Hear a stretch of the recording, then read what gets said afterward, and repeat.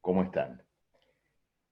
En la clase anterior discutimos sobre los conceptos de tasa de ganancia, así como la formación de la tasa de ganancia media. Al ver cómo se forma la tasa de ganancia y en su comparación con la tasa de plusvalía, observamos lo siguiente. Vamos un momento al pizarrón. Mientras que la tasa de plusvalía relaciona a la masa de plusvalía con el capital variable, o lo que es lo mismo, el trabajo excedente o no retribuido con el trabajo necesario para pagar el valor de la fuerza de trabajo, esto, la tasa de plusvalía, la tasa de ganancia, como vemos acá en la fórmula 2, relacionaba a la masa de plusvalía con el conjunto del capital colocado por el capitalista, es decir, no solo el capital variable, es decir, el capital destinado al pago de los salarios, sino también el capital constante, es decir, el capital invertido en trabajo pretérito, trabajo pasado, objetivado en las maquinarias, en los instrumentos de trabajo. Bueno, a partir de aquí, estudiamos entonces que la tasa de ganancia, la cual Marx llamó la versión burguesa de la tasa de plusvalía, porque presenta el origen del beneficio no en relación al trabajo vivo, sino en relación al conjunto del capital aportado por el capitalista. En este caso, entonces, vemos, y lo discutimos cuando debatimos sobre la formación de la tasa de ganancia media, que el plusvalor generado naturalmente a partir de la fuerza de trabajo, del trabajo vivo, era luego repartido, reasignado en la economía considerada en su conjunto, de acuerdo a la magnitud o el poderío relativo de cada capital. Esta fue la conclusión que sacamos en la formación de la tasa de ganancia media. Surge de esto otra conclusión muy clara, que para incidir y para capturar una mayor parte de la plusvalía en ese reparto, cada capitalista se va a empeñar en incrementar el rendimiento de trabajo en su fábrica o en su rama industrial, es decir, elevar la productividad del trabajo, y esto implica, naturalmente, el reemplazo de trabajo vivo, de fuerza de trabajo, por trabajo muerto, por máquinas. Llegado a este punto, entonces, nos encontramos con dos tendencias claramente contradictorias que intervienen en la acumulación de capital. Por un lado, la que ya estudiamos en las primeras clases del curso, donde, en definitiva, la masa de plusvalía dependerá de la magnitud del trabajo vivo que es sometido a explotación y de la intensidad con la cual se lleva adelante esa explotación de fuerza de trabajo vivo, pero esto que tiene un valor en la apropiación de plusvalía en general, luego sufre la siguiente alteración. En el reparto de esa plusvalía socialmente generada, cada capitalista se ve obligado a un reemplazo relativo del trabajo que crea valor, es decir, del trabajo vivo, respecto de aquel trabajo que no crea valor, que es trabajo pasado, objetivado en tecnología, en maquinarias, y cuya función es potenciar el rendimiento del trabajo vivo. ¿Cómo opera esta contradicción? Es decir, esta necesidad de la lucha competitiva de los diferentes capitalistas en reemplazar aquella parte del capital que le crea valor. ¿Cómo afecta la tasa de ganancia? Veamos este cuadro que tenemos reflejado acá en el pizarrón, donde suponemos tres momentos diferentes en el proceso de reproducción del capital de una cierta empresa, una cierta industria, no importa acá, digamos, si nos estamos refiriendo a una industria en particular, a una rama, ¿no es cierto?, o al conjunto de una cierta economía. Vamos a pensar que se tratan de tres momentos diferentes del tiempo y por lo tanto, tres momentos donde lo que se modifica es esta relación entre trabajo pasado y trabajo presente, entre trabajo muerto y trabajo vivo. En el primer momento, vamos a suponer que esta industria tiene una inversión, ¿no es cierto?, de 1000 unidades de capital constante, 1000 unidades de capital variable. Vamos a suponer que la tasa de plusvalía, es decir, la relación entre la plusvalía y el capital variable, es del 100%. Es decir, que por cada hora trabajada para sí, para reponer su salario, los trabajadores trabajan otra hora para los capitalistas, y por lo tanto la relación entre plusvalía y capital variable es de 1 a 1 del 100%. Bueno, el valor total que aparece acá es de 3000, 1000 más 1000 más 1000, y la tasa de ganancia, que será, ¿no es cierto?, la plusvalía sobre el conjunto del capital invertido, será 1000 dividido 1000 más 1000, o sea, 1000 sobre 2000, 50%.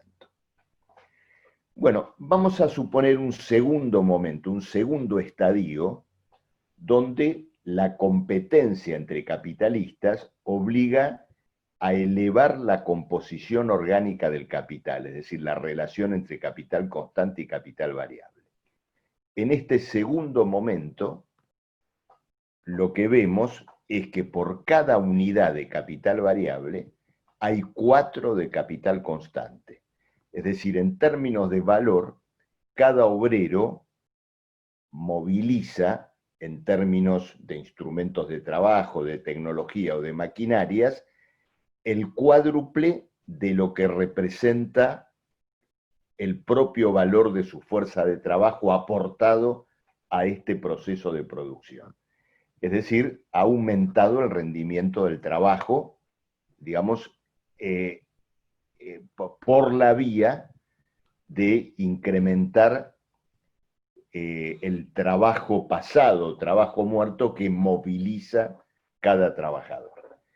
Entonces tendremos 4000 de capital constante, 1000 de capital variable. Vamos a suponer, para aislar, digamos, este efecto, que la tasa de explotación o la tasa de plusvalía se mantiene constante, es decir, sigue siendo del 100%. Tendremos finalmente un valor de 6000 y la tasa de ganancia, es decir, plusvalía sobre capital constante más capital variable, será 1000 sobre 5000, o sea, del 20%. Finalmente vamos a suponer que pasan los años o las décadas y pasamos a tener un tercer momento, un tercer estadio histórico, donde la composición orgánica del capital varía ahora en una relación de 9 a 1. Es decir, por cada unidad de trabajo vivo, esta industria, esta empresa, esta rama, incorpora ahora 9 unidades de capital constante. Tenemos entonces 9.000 más 1.000 más 1.000, 11.000 de valor en total, y por lo tanto una tasa de ganancia de 1.000 sobre 10.000, o sea, del 10%. La conclusión que tenemos acá es que naturalmente la mayor preponderancia del capital que no crea valor respecto de aquel que lo crea debe conducir a la caída de la tasa de ganancia. Entonces, efectivamente, encontramos acá lo que constituyó, desde el punto de vista del hilo conductor del Capital de Marx, probablemente el punto culminante de su desarrollo. Porque en el final de todas las tendencias a la reproducción del capital a escala ampliada, el desaguadero final, ¿no es cierto?, es la declinación de lo que constituye la fuerza motriz de la acumulación capitalista, que es la tasa de beneficio, es decir, la relación entre las ganancias obtenidas y el conjunto del capital colocado en juego por el capitalista. Si queremos ver esta expresión en términos algebraicos, podemos pensar lo siguiente: si la tasa de ganancia es la masa de plusvalía sobre el conjunto del capital invertido, como está expresado en la fórmula 2, y si a través de un recurso algebraico dividimos por el capital variable los dos términos de esta ecuación,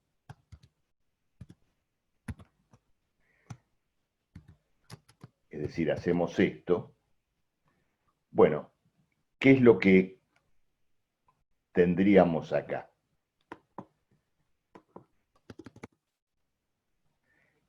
Plusvalía sobre capital variable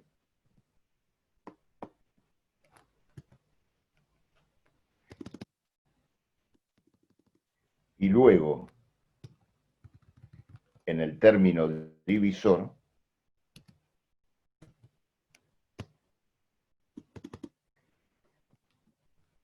donde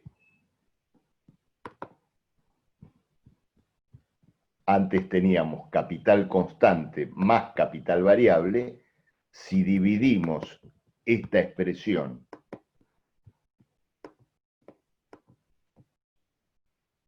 por capital variable, vamos a tener capital constante sobre capital variable y luego capital variable sobre capital variable, o sea, 1.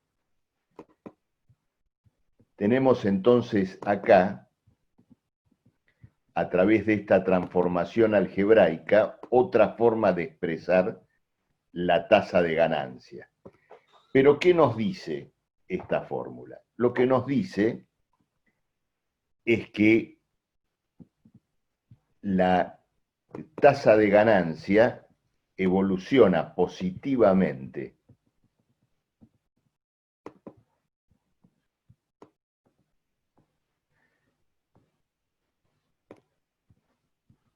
en relación a la tasa de plusvalía, porque efectivamente plusvalía sobre capital variable es tasa de plusvalía, y evoluciona en forma inversa a el aumento de la composición orgánica del capital, o sea, capital constante sobre capital variable, que es lo que en definitiva teníamos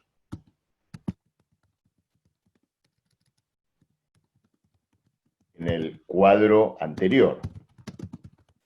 O sea, a medida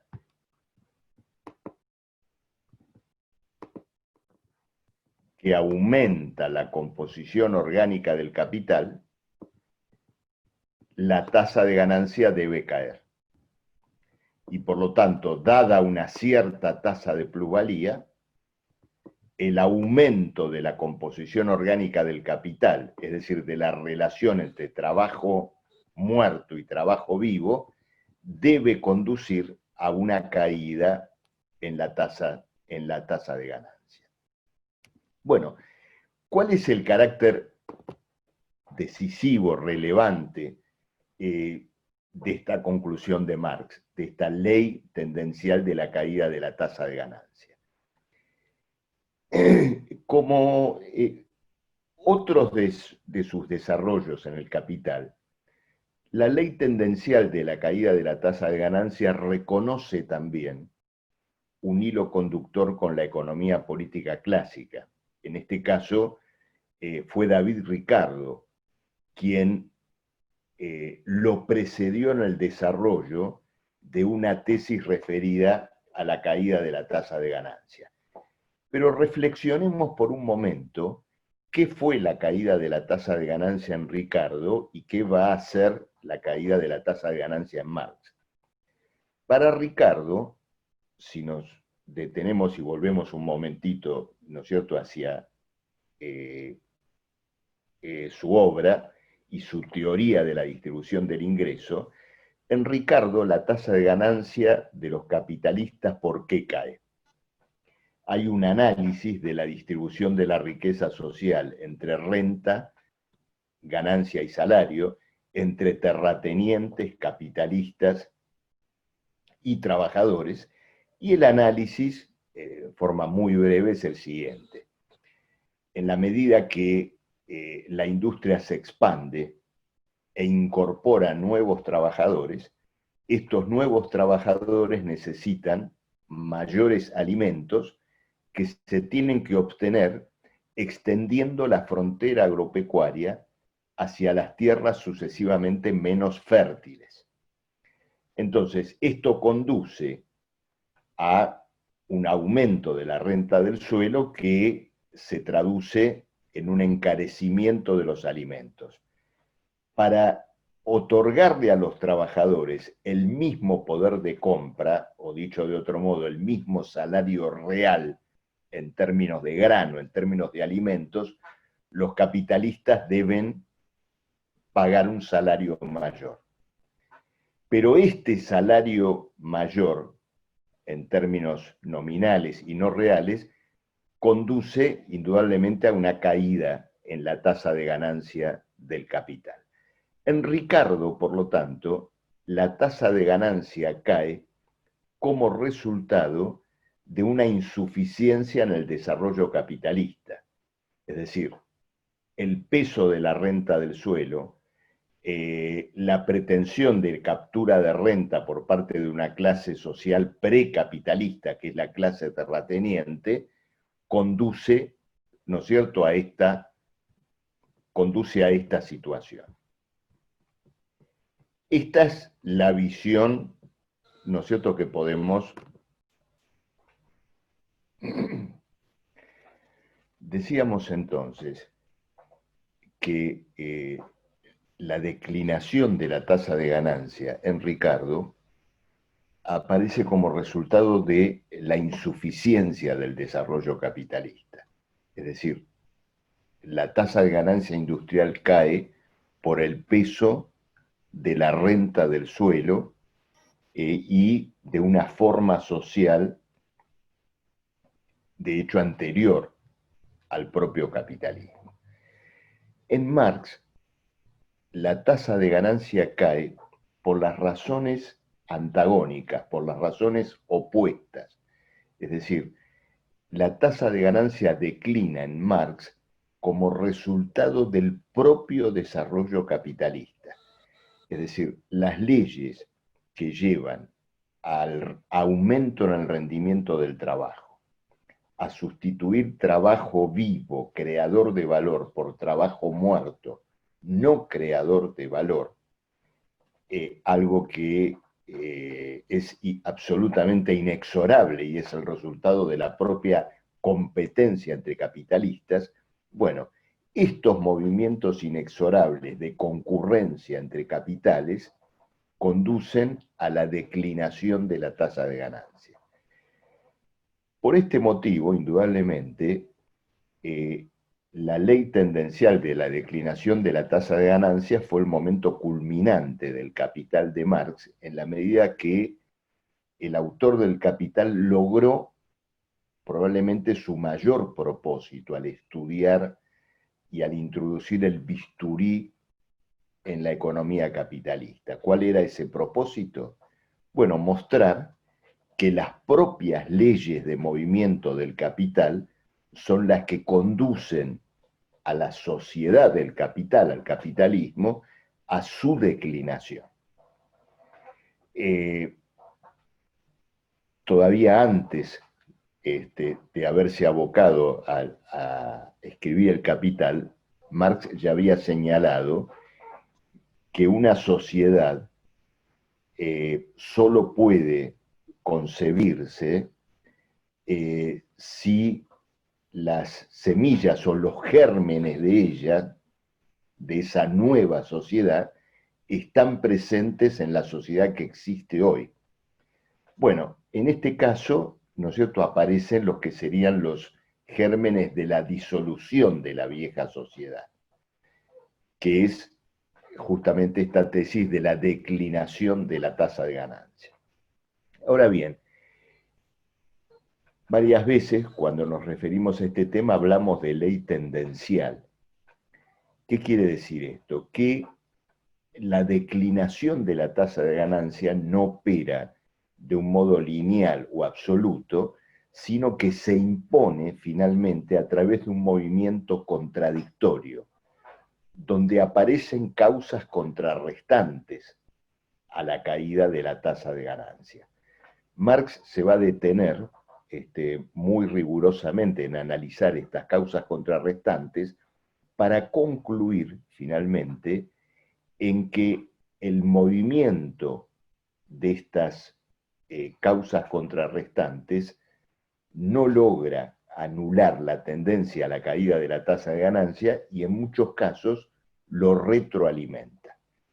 Vamos a mencionar alguna de estas causas contrarrestantes.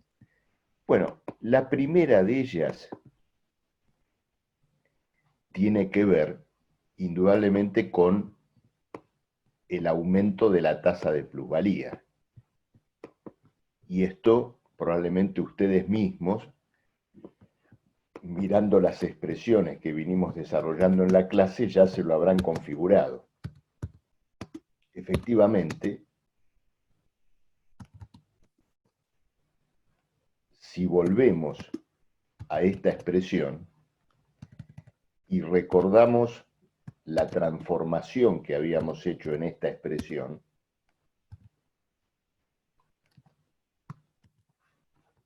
que era, ¿no es cierto?, la siguiente.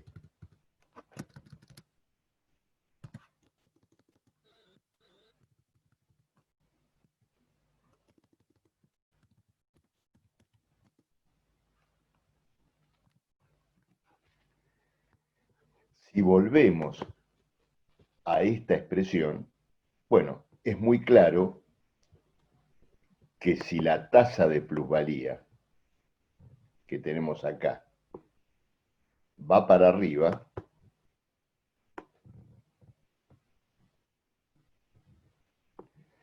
bueno, esto tiene que llevar, ¿no es cierto?, también a una recuperación de la tasa de ganancia. Bien, efectivamente, el aumento de la tasa de plusvalía es la primera causa contrarrestante que Marx justamente va a identificar. Ahora bien, nosotros ya estudiamos que la tasa de plusvalía puede aumentar por dos vías: la plusvalía absoluta o la plusvalía relativa. Efectivamente, la primer causa contrarrestante en la caída de la tasa de ganancia es el aumento del plusvalor absoluto. Es decir, aumentando el grado de explotación de la fuerza de trabajo y por lo tanto, por esa vía, aumentando la tasa de plusvalía, contrarrestamos la tendencia a la caída de la tasa de ganancia. Ahora bien, el aumento del plusvalor absoluto, ya lo estudiamos, choca con dos límites. Un límite físico, ya que la jornada de trabajo no se puede extender indefinidamente, y un límite de naturaleza social, que es la organización colectiva de la clase obrera para colocarle límites a esa explotación absoluta. Bueno, dicho esto, es indudable que la plusvalía absoluta no solo opera como un factor contrarrestante, sino que es absolutamente decisivo incluso en la gran industria contemporánea. Haciendo una pequeña digresión en este punto, a veces uno lee autores no marxistas que estudian los procesos de trabajo en el capitalismo contemporáneo, y estos autores se preguntan o reclaman sobre lo injusto que resultaría el hecho de que en una economía donde el llamado factor trabajo, la fuerza de trabajo, ocupa tan poco lugar en términos de costos empresarios, es decir, el gasto en salarios en la industria altamente tecnificada, indudablemente que ocupa un lugar progresivamente menor. ¿Por qué, si esto es así, hay un empeño tan intenso de los capitalistas en aumentar el grado de explotación del trabajo, en términos de precarización laboral, extensión de las jornadas, la búsqueda por hacer menos poroso, como dicen los expertos de la gerencia industrial, o más intenso el proceso de trabajo? Es decir, ¿por qué en la era de la tecnificación la tendencia a la mayor explotación absoluta o precarización laboral es tan fuerte? Bueno, a la luz de lo que estamos estudiando, nosotros podríamos responderle a ese observador enojado lo siguiente: precisamente por eso, precisamente por lo que vos te preguntás. Es decir, como el llamado costo laboral ocupa un lugar progresivamente menor en el conjunto de los costos industriales, pero como ese llamado costo o esa fuerza laboral es la que crea valor, el capitalista está obligado a exprimirla o estrujarla, para decirlo de alguna manera, en forma cada vez más intensa. Es decir, allí donde había 100 trabajadores y ahora hay 20, para obtener plusvalía hay que exprimir al máximo, ¿no es cierto?, esa fuerza laboral que ha sido, ¿no es cierto?, reducida. Y esto se logra, naturalmente, con la propia tecnificación, pero también aumentando el grado de explotación absoluta del trabajo. Por eso, y volviendo, ¿no es cierto?, a nuestro ejemplo, en la industria contemporánea, la extrema tecnificación está al servicio de articular y de organizar la extrema precarización. Bueno, indudablemente que hay otra forma de aumentar la tasa de plusvalía, que es la plusvalía relativa,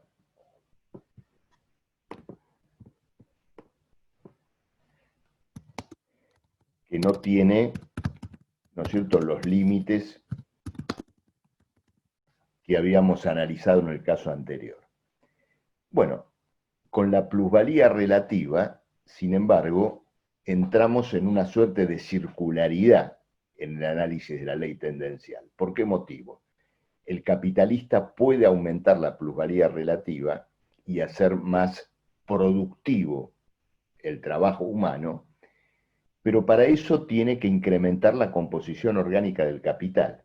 Es decir, las mismas razones que llevan al aumento de la tasa de plusvalía vía plusvalía relativa llevan al incremento de la composición orgánica del capital.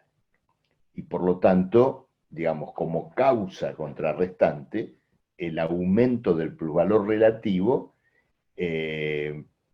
retroalimenta, ¿no es cierto?, la tendencia a la declinación de la tasa de ganancia. Luego, si vamos al término divisor y volvemos, ¿no es cierto?, acá a la fórmula, bueno, es claro que si logramos que el cociente entre capital constante y capital variable, es decir, si la composición orgánica del capital se reduce, la tasa de ganancia tiene que aumentar. Es decir, si logramos que esto baje, vamos a lograr que G se eleve. Ahora, ¿cómo hacemos para reducir la composición orgánica del capital? Tirando a la basura máquinas, desechando tecnologías. Esto sería inviable para los capitalistas porque perderían capacidad de competencia con sus rivales. Pero otra cosa es concebir o pensar que los elementos que forman el capital constante puedan abaratarse. Es decir, supongamos que una fábrica textil se ha tecnificado, incorpora tecnología digital en sus puestos de control de proceso, y los mismos equipos digitales que le costaban $10.000 hace 10 años, hoy, para cumplir las mismas funciones, cuestan 7.000. ¿Por qué motivo? Porque se ha tecnificado la industria productora de esos medios de producción.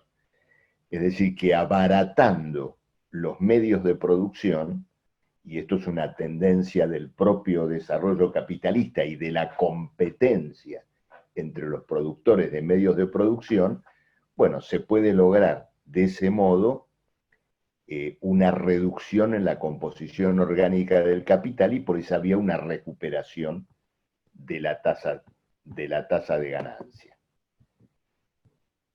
Esto, ¿no es cierto? Por supuesto que es así, lo vamos a incluir acá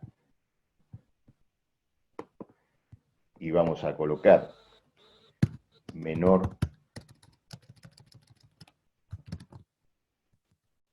composición orgánica del capital. Pero, ¿qué es lo que sucede acá? Si bien cae la composición orgánica del capital en la rama que puede utilizar medios de producción más baratos, para que esto ocurra,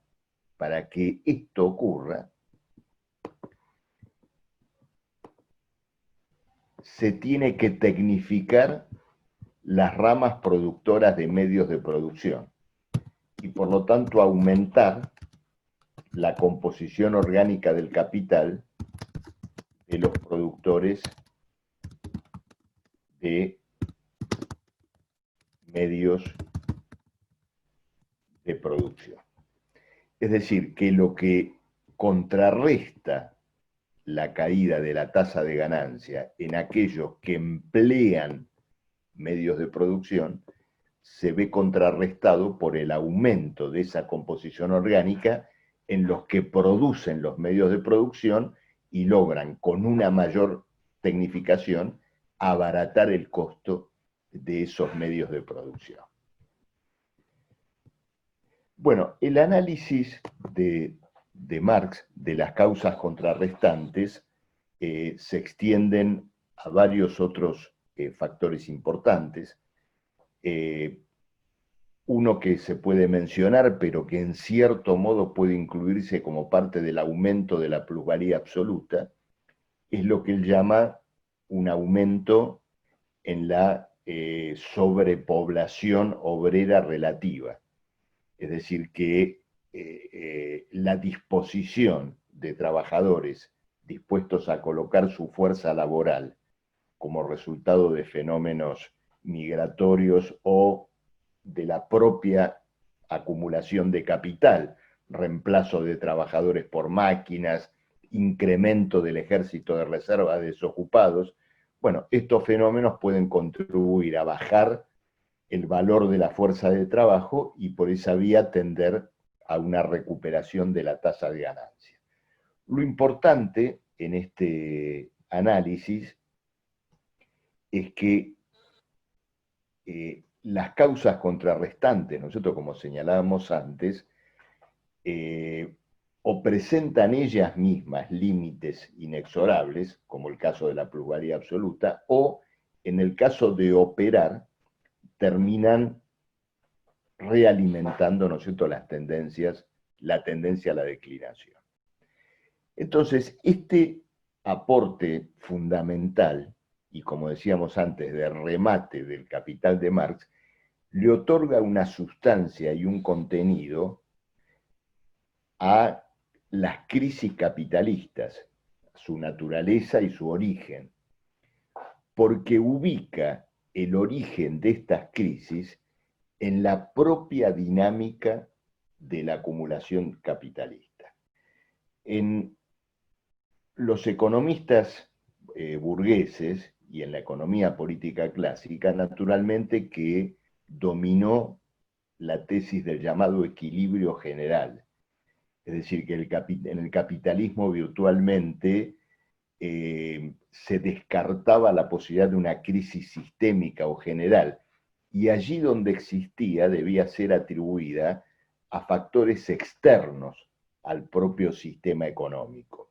Una guerra, un fenómeno, ¿no es cierto?, completamente ajeno a sus propias relaciones sociales. Al desarrollar la declinación de la tasa de ganancia, es decir, la tendencia inexorable a que el nervio de la acumulación de capital, que es la tasa de beneficio, marche hacia su declinación, al desarrollar esta tesis, Marx colocó el origen de las crisis capitalistas en el propio capital. Un concepto de él probablemente sintetice, ¿no es cierto?, esta idea. El límite del capital es el capital mismo. Nos vemos en la próxima.